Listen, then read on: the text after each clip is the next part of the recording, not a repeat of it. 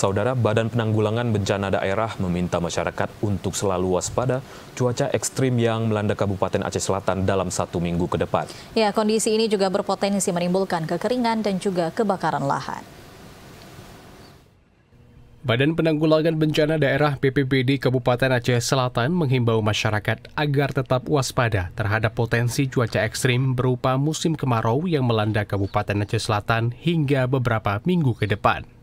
Hal ini mengingat untuk saat ini Badan Meteorologi, Klimatologi, dan Geofisika BMKG telah mengeluarkan peringatan dini terkait potensi bencana klimatologis yang sedang berada di musim kemarau sehingga dapat mempengaruhi kondisi cuaca yang sangat panas. Kepala Pelaksana BPBD Aceh Selatan, Haji Zainal A. menghimbau kepada masyarakat Aceh Selatan untuk selalu waspada dan tidak melakukan pembakaran saat membuka lahan karena berpotensi terjadinya kebakaran hutan dan lahan.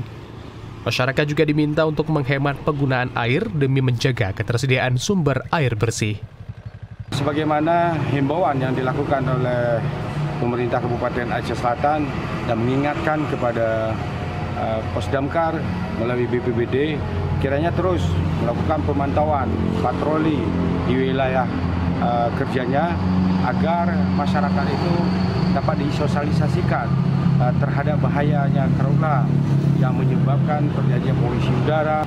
Untuk personel sendiri disiagakan dengan alat-alat yang sepertinya termasuk mobil damkar dan juga dibantu dengan mesin portabel.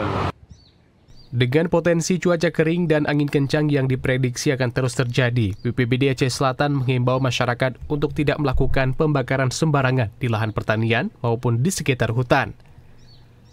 BPBD Aceh Selatan juga terus melakukan sosialisasi mulai dari tingkat kecamatan hingga desa untuk memperkuat sistem peringatan dini dan memperbanyak patroli gabungan sebagai langkah preventif jangka panjang. Dari Aceh Selatan, Asrul Liadi, TV Aceh melaporkan.